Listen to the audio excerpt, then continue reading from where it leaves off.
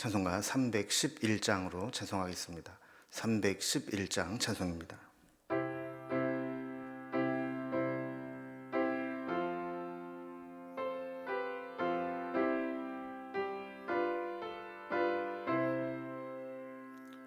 내 너를 위하여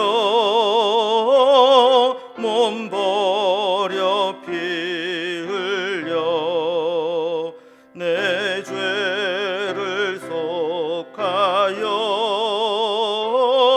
살기를 주었다. 널 위해 몸을 주건만 너무 어쭈느냐. 널 위해 몸을 주건만 너무 어쭈느냐. 아버지 보좌와 그 영광 떠나서 밤 같은 세상에 만 백성 구하려 내 몸을 희생했건만 너무 어떠하느냐. 내 몸을 희생했건만 너무 어떠하느냐. 죄 중에 빠져서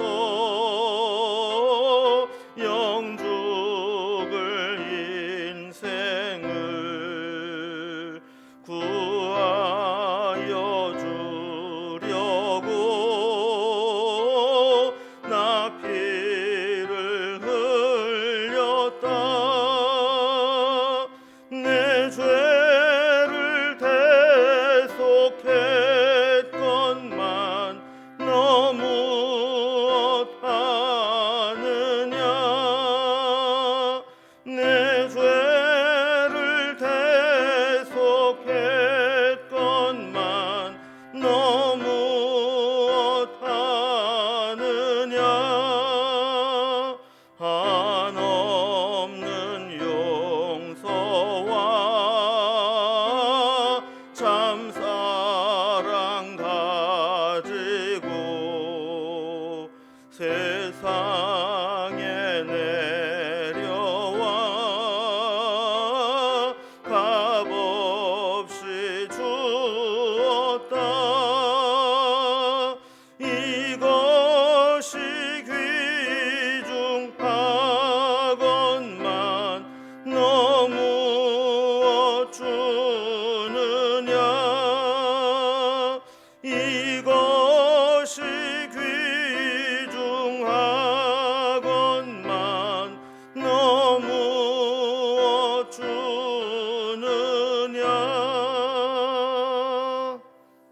아멘.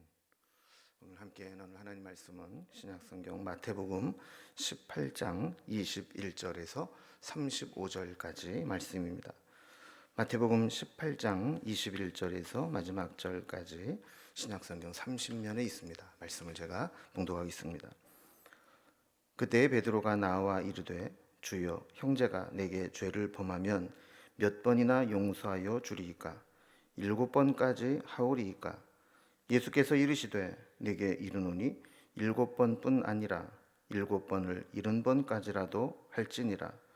그러므로 천국은 그 종들과 결산하려 하던 어떤 임금과 같으니 결산할 때에 10,000달란트 빚진 자 하나를 데려오매 갚을 것이 없는지라 주인이 명하여 그 몸과 아내와 자식들과 모든 소유를 다 팔아 갚게 하라 하니 그 종이 엎드려 절하며 이르되 내게 참으소서 다 갚으리이다 하거늘 그 종의 주인이 불쌍히 여겨 놓아 보내매 그 빚을 탕감하여 주었더니 그 종이 나가서 자기에게 100데나리온 빚진 동료 한 사람을 만나 붙들어 목을 잡고 이르되 빚을 갚으라 하매 그 동료가 엎드려 간구하여 이르되 나에게 참아 주소서 갚으리이다 하되 허락하지 아니하고 이에 가서 그가 빚을 갚도록 옥에 가두거늘 그 동료들이 그것을 보고 몹시 딱하게 여겨 주인에게 가서 그 일을 다 알리니 이에 주인이 그를 불러다가 말하되 악한 종아 내가 빌기를 내가 네 빚을 전부 탕감하여 주었거늘 내가 너를 불쌍히 여김과 같이 너도 네 동료를 불쌍히 여김이 마땅하지 아니하냐 하고 주인이 노하여 그 빚을 다 갚도록 그를 옥졸들에게 넘기니라. 너희가 각각 마음으로부터 형제를 용서하지 아니하면 나의 하늘 아버지께서도 너희에게 이와 같이 하시리라. 아멘. 우리는 어제 예수님 말씀을 통해서 형제가 공동체 안에서 어떤 죄를 범했을 때 이를 어떻게 다루어야 될 것인가, 어떻게 신중하게 다룰 것인가 하는 내용을 살펴보았습니다. 오늘은 이제 베드로의 질문을 통해서 개인적인 문제로 사적으로 용서해야 될 문제가 생겼을 때 얼마나 용서해야 될까 하는 주제에 대해서 말씀을 주십니다. 사실 우리가 살다 보면 용서처럼 어려운 것이 없습니다.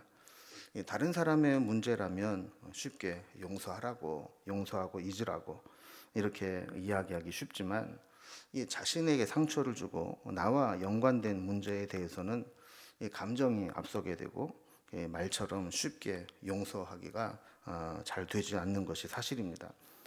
용서의 문제에 대해서 결론적으로 말하면 예수님은 우리에게 무한대의 용서를 베풀어야 된다라고 말씀을 하십니다. 그러면서 이 무한대로 용서를 베푼다는 것이 무엇인가를 예를 들어서 설명을 해 주시죠. 그래서 1만 달란트 빚진 자와 100데나리온 이 빚진 자의 비유를 통해서 우리는 먼저 감당할 수 없는 은혜와 또 사죄의 은총을 받은 자이기 때문에 우리가 누구를 용서할 때에도 그 탕감받은 자로 무한한 용서를 해야 마땅하다라는 말씀입니다. 이러한 주제를 가지고 오늘 본문을 좀 살펴보면 단락별로 구분을 해보겠습니다. 먼저 용서에 대한 베드로의 질문과 예수님의 답변이 앞부분에 나옵니다. 21절에서 20절까지 나오고 이 무한대의 용서하라라는 답변을 설명하기 위해서 10,000달란트 빚진 자와 100데나리온 빚진 자의 비유를 들어서 그 내용을 설명하는 것으로 되어 있습니다. 자, 먼저 첫 번째로 이 용서에 대해서 질문하는 베드로의 질문과 여기에 대한 예수님의 답변을 살펴보겠습니다. 공동체 안에서 죄를 범한 형제가 있을 때 우리가 어떻게 해야 되는지 여기에 대해서 지난 시간에 살펴보았죠.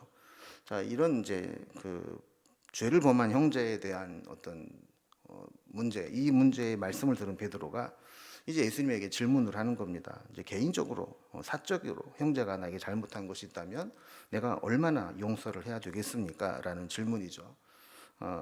문자적으로 다시 한번 봅니다. 21절을 보면 그때 베드로가 나와 이르되 주여 형제가 내게 죄를 범하면 몇 번이나 용서하여 주리이까 7번까지 하오리이까 그랬습니다.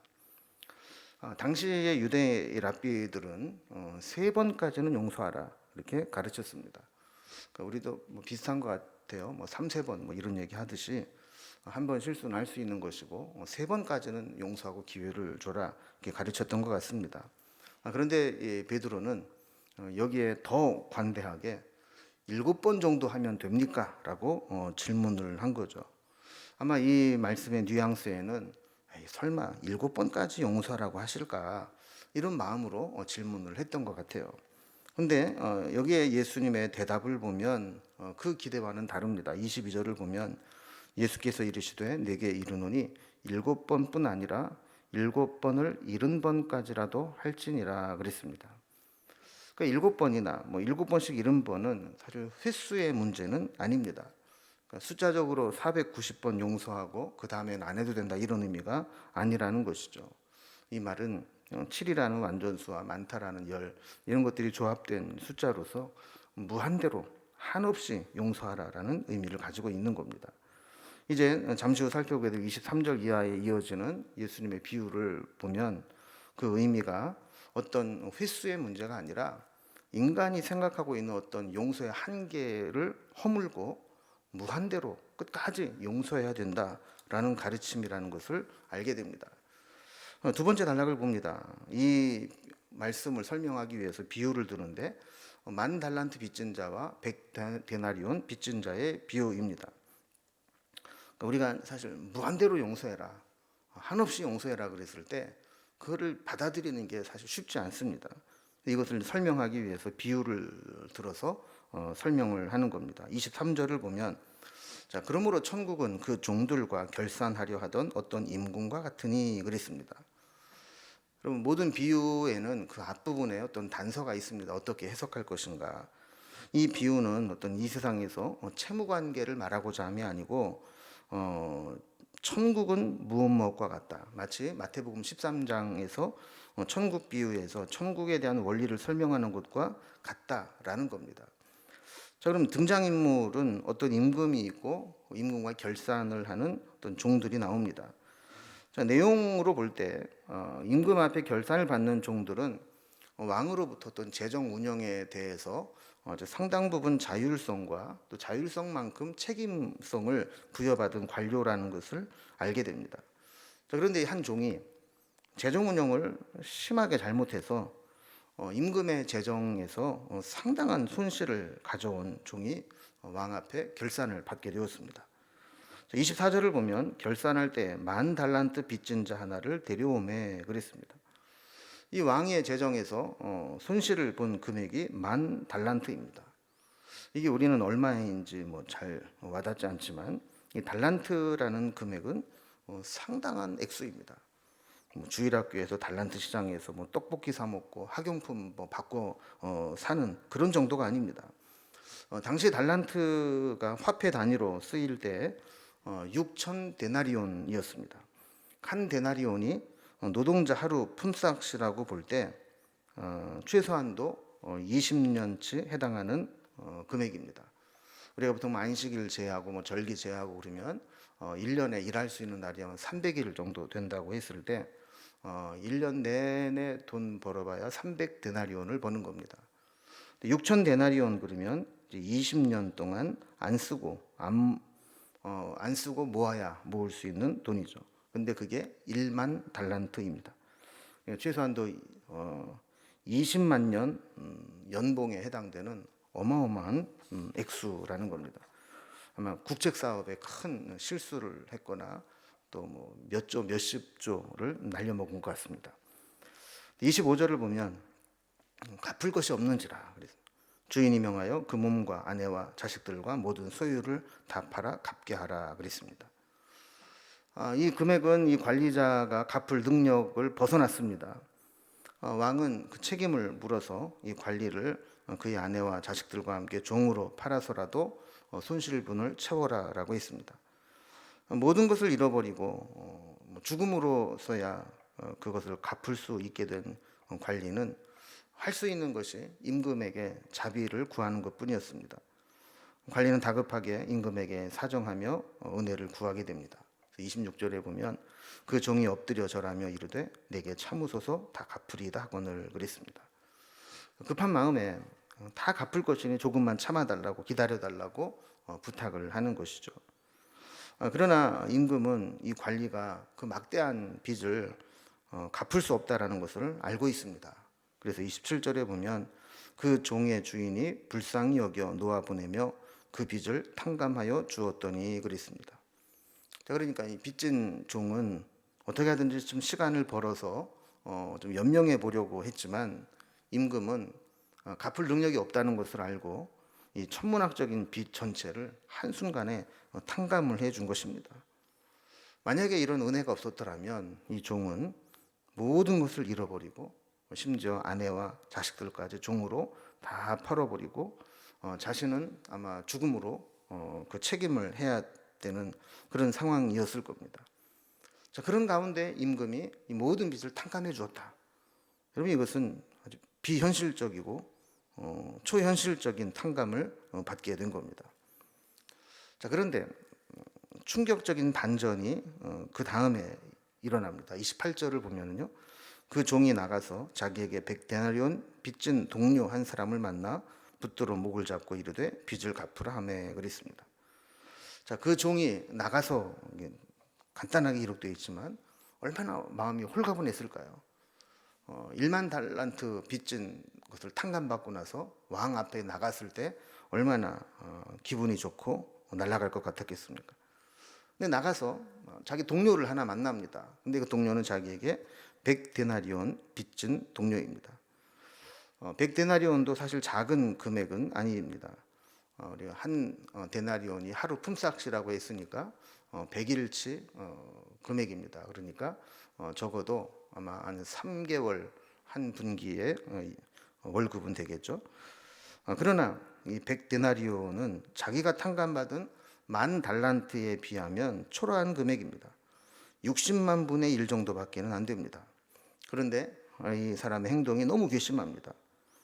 그 동료를 발견하고 붙들어 목을 잡고 빚을 갚으라고 협박을 합니다.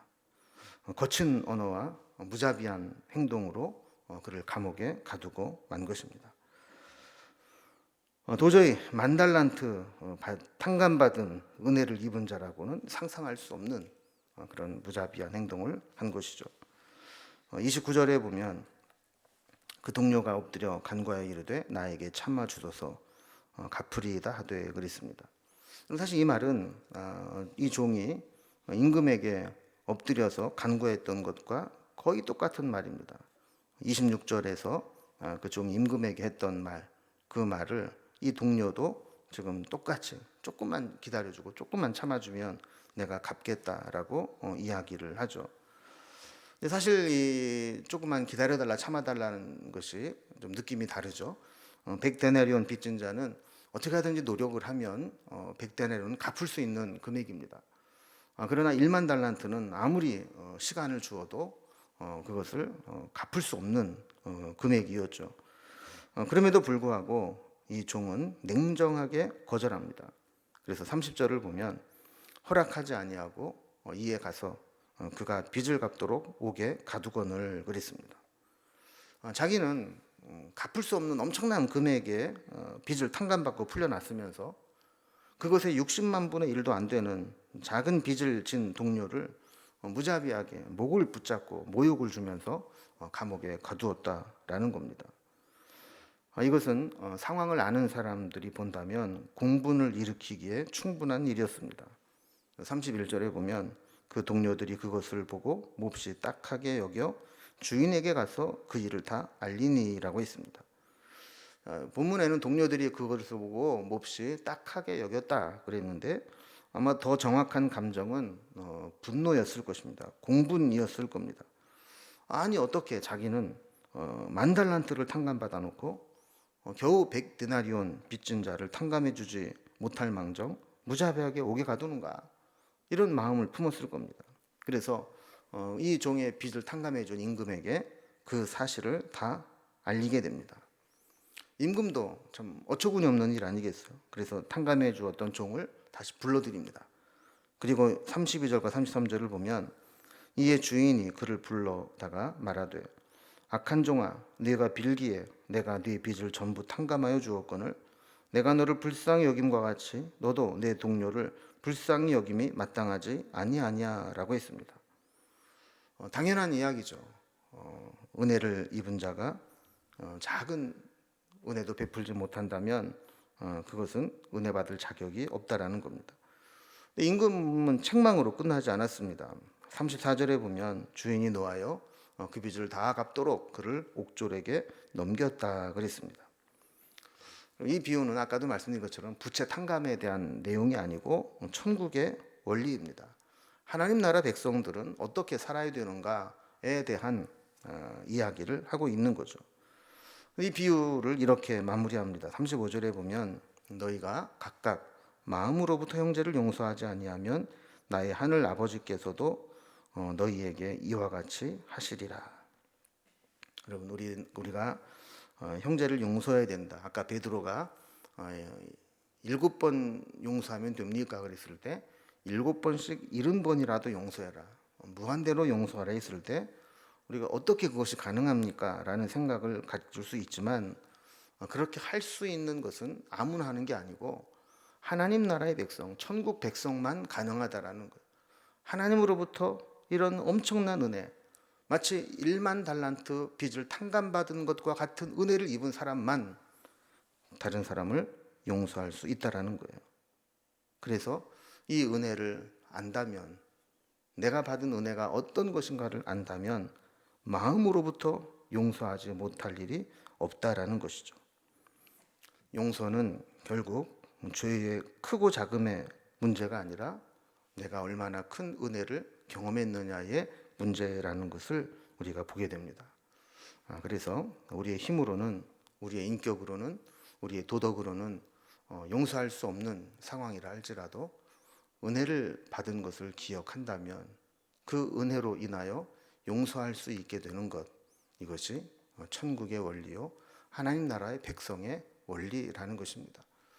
아까 서론에도 말씀을 드렸지만 용서처럼 힘든 게 없습니다. 남 얘기는 쉽지만 내가 받은 상처와 아픔에 대해서 용서한다는 것 결코 쉽지 않습니다. 그러나 우리가 받은 은혜를 생각하면서 이를 악물고라도 이 용서의 사명과 명령을 이행하고 주님을 믿는 자로서 합당한 삶을 살아갈 수 있기를 주님의 이름으로 기원합니다. 기도하겠습니다. 하나님 아버지, 용서의 주제가 참 힘들고 또 감당하기 버거운 주제이긴 하지만 오늘 말씀을 통해서 우리가 어떤 마음으로 용서할 수 있는지 가르쳐 주시니 감사합니다. 내 힘과 내 인격과 내 도덕으로는 감당할 수 없는 일이오니 하나님께서 우리에게 넘치는 은혜를 부어 주셔서 나에게 상처를 준 사람들을 불쌍히 여기고 긍휼히 여기는 마음을 갖게 하여 주시고 더 큰 은혜로 그 아픔을 이겨낼 수 있는 하나님의 백성들이 될 수 있도록 인도해 주옵소서. 용서하지 못함으로 인하여 책망받거나 내 마음에 주님 주신 평안을 잃어버린 일이 없도록 하나님 주시는 용서의 은혜를 누리며 살아갈 수 있도록 도와주옵소서.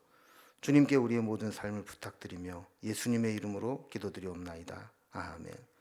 각자 기도 제목들로 자유롭게 기도하시겠습니다.